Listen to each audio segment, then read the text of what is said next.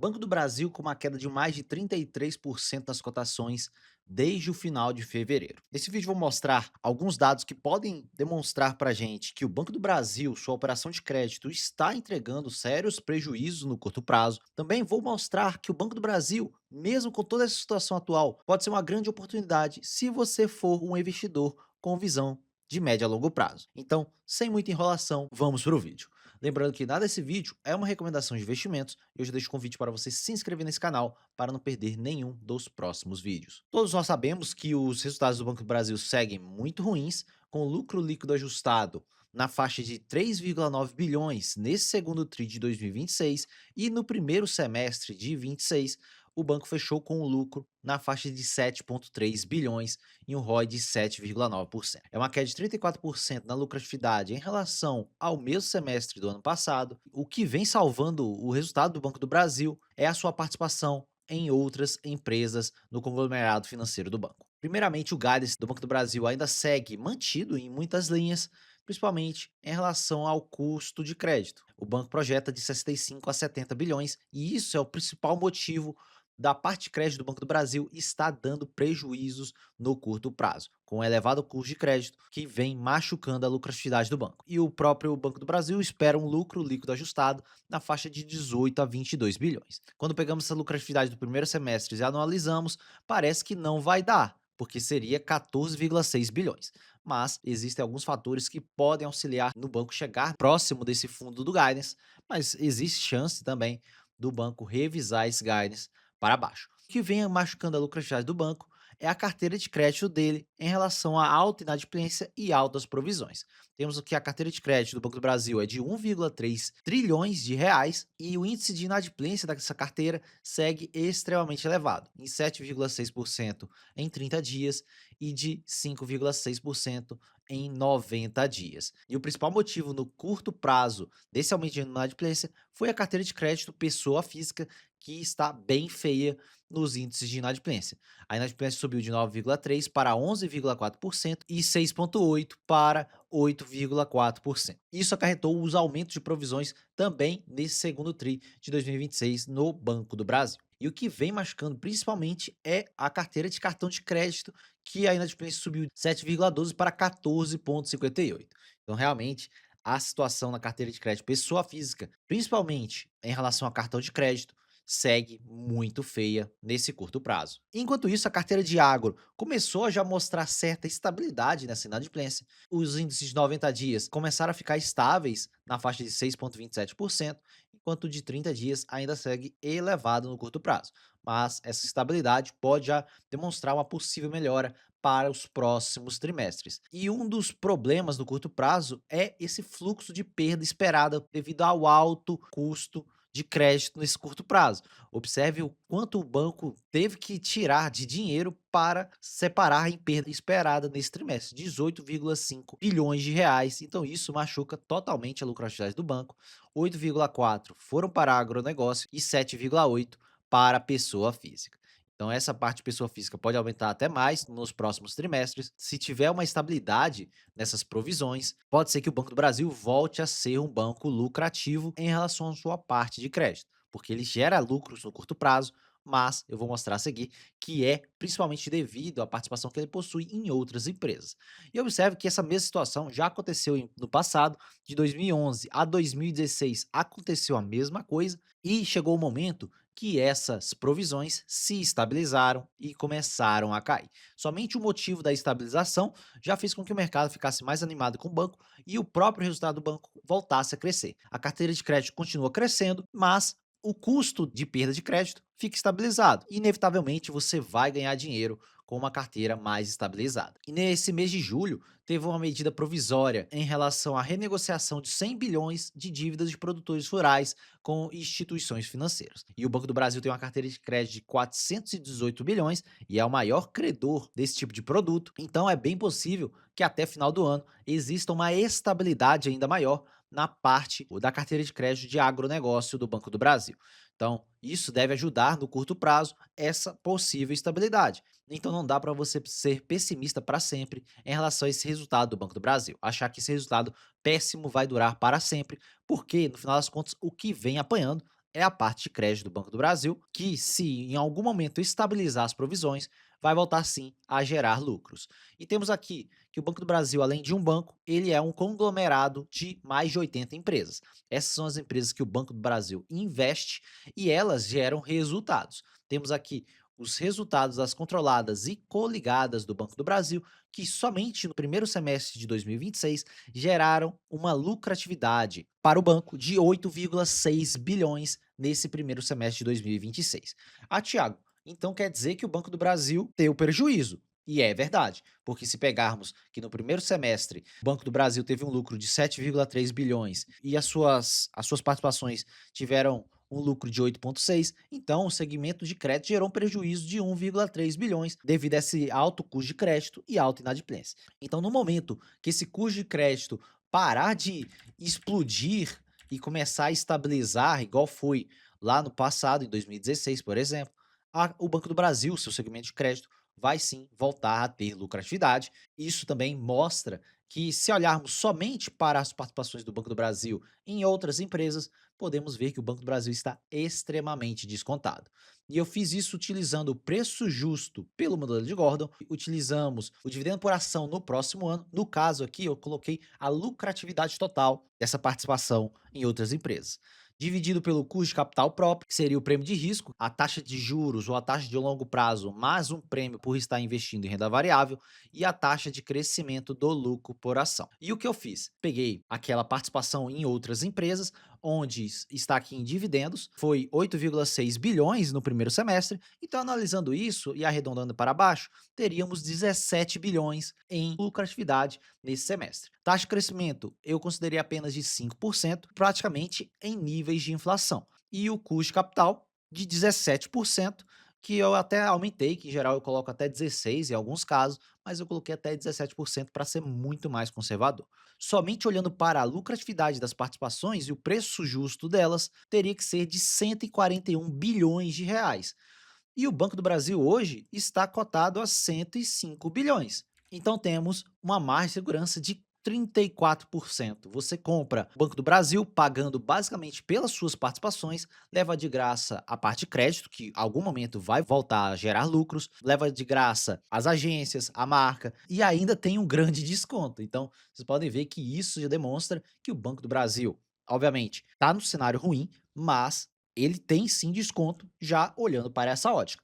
E a qualquer momento que existir essa estabilidade da carteira de crédito, das provisões, o banco vai voltar a ser muito mais lucrativo.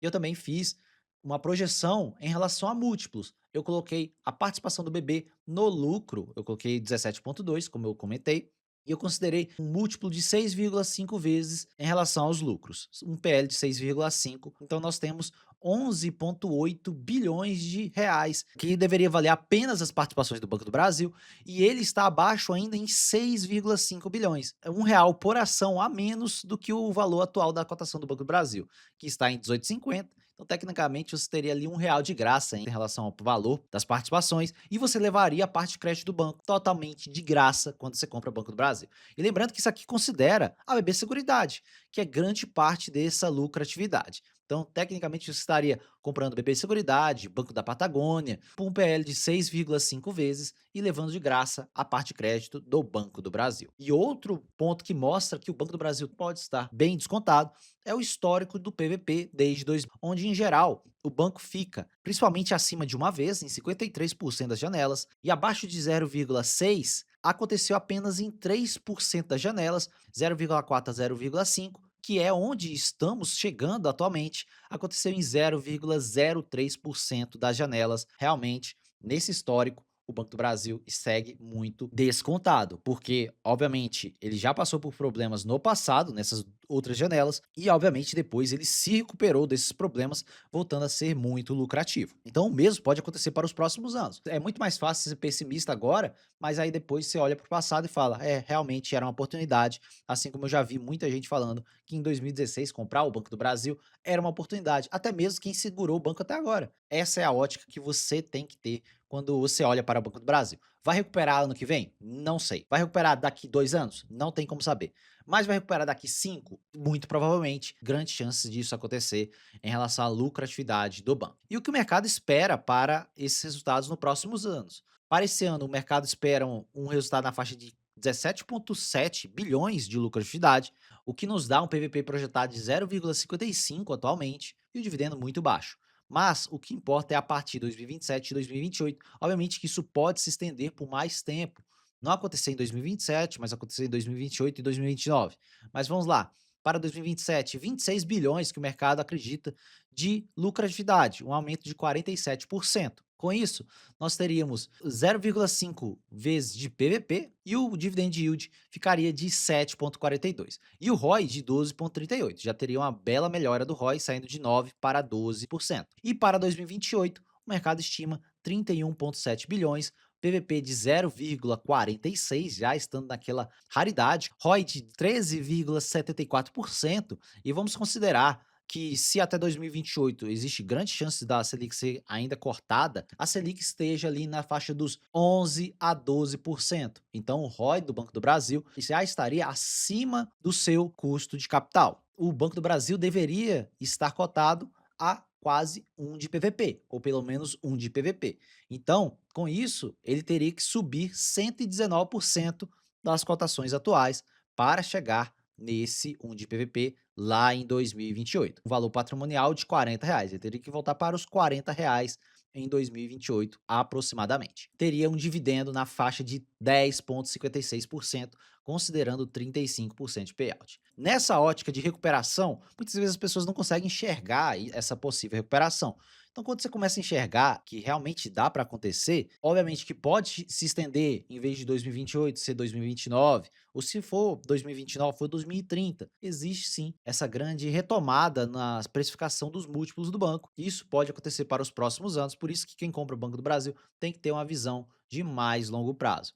Então, PL ficaria de 3,31. Então, é extremamente amassado o Banco do Brasil. E outra ótica que eu já comento há bastante tempo: o Banco do Brasil é o maior credor em relação ao agronegócio. E o lucro do BB é diretamente atrelado a esse segmento. E eu coloquei aqui uma correlação do lucro do Banco do Brasil em dólares versus o preço da soja, que seria a maior commodity agrícola aqui do nosso país. E observem que temos uma correlação muito grande entre os dois.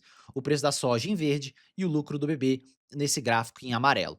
Então vocês podem ver que quando o preço da soja explode, o lucro do BB em dólares explode. Quando o preço da soja cai, o lucro do BB cai. Quando o preço da soja explode, o lucro também explode do Banco do Brasil. E depois que o preço da soja cai, o lucro do Banco do Brasil despencou e começou a estabilizar agora no curto prazo, assim como aconteceu com o preço da soja. Pode sim voltar a melhorar para os próximos anos, principalmente se esses preços de soja começarem a voltar a subir ou as taxas de juros começarem a ter um corte maior para os próximos anos. Isso tudo vai auxiliar nessa retomada de resultados do Banco do Brasil. E outro ponto que eu sempre destaco para você é: se você não aguenta uma volatilidade muito alta, não tenha Banco do Brasil na carteira. Temos aqui o histórico desde 1995 entre Banco do Brasil e Banco Itaú em relação às quedas máximas. E observem que, em geral, o Banco Itaú em laranja cai muito menos do que o Banco do Brasil em amarelo. Observe os mesmos períodos de queda, que em geral, quando o Banco do Brasil cai, ele cai muito mais do que o Banco Itaú. Então, se você não gosta de tanta volatilidade, é melhor ter Banco Itaú. Não olhe muito para o Banco do Brasil, porque ele é mais volátil nos resultados, nas cotações. Tem o fator político nele, que em geral o mercado precifica mal o banco, por ser uma estatal.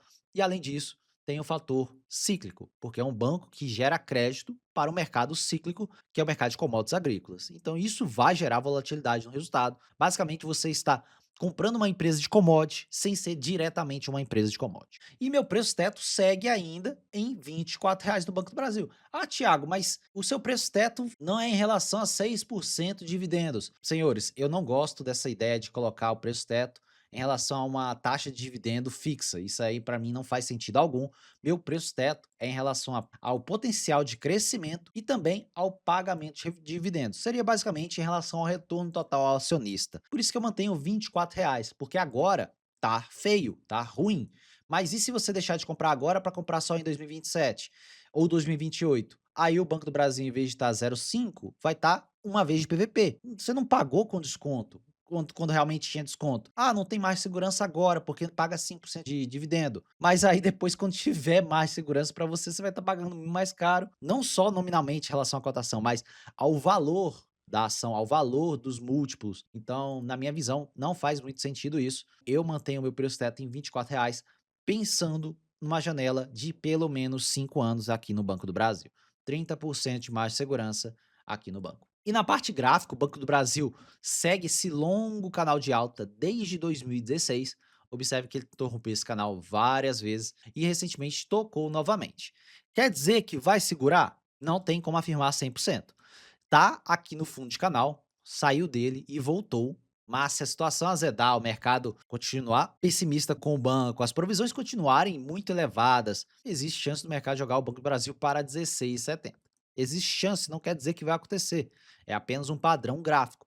Mas se realmente a partir do terceiro e quarto tri muita coisa melhorar ali no banco, o mercado ficar mais animado, preço de commodities agrícolas começarem a subir, o mercado precifica isso antes. Caso o mercado se anime mais para o Banco do Brasil, eu já falei que eu não duvido do mercado jogar ele de volta para os R$ 27 nesse curto prazo. Se vai acontecer, não tem como saber exatamente, mas padrão tem. Então é isso, pessoal, um vídeo bem completo em relação ao Banco do Brasil, que sim, a situação segue muito feia, muita coisa ainda ruim no banco, a carteira de agronegócio começou a melhorar e a pessoa física começou a piorar. Não tem como você ser pessimista para sempre. Uma hora isso tudo vai voltar ao normal e o banco vai voltar a ser lucrativo e não precisa nem que as provisões caiam. Elas só precisam estabilizar para a parte de crédito do banco voltar a ser lucrativa. Então já comenta aqui embaixo se você é acionista de Banco do Brasil. Eu já comentei em diversos vídeos que eu tenho uma grande posição em Banco do Brasil na minha carteira, é uma posição montada desde 2021 e 2022 e segue ali intacto em carteira, eu não vendi nenhuma ação. Já deixa seu comentário aqui. Se você tem Banco do Brasil na sua carteira, se você está comprando, se está vendendo, o que você fez com suas ações. Se você gostou desse vídeo, deixa o like, que ajuda muito na divulgação do vídeo e também do canal. E também faz com que o algoritmo entregue mais vídeos meus para você. Se você gosta desse tipo de análise, se inscreva nesse canal para receber mais vídeos como esse. Por esse vídeo é só, meu nome é Thiago Cardoso e eu te vejo no próximo vídeo.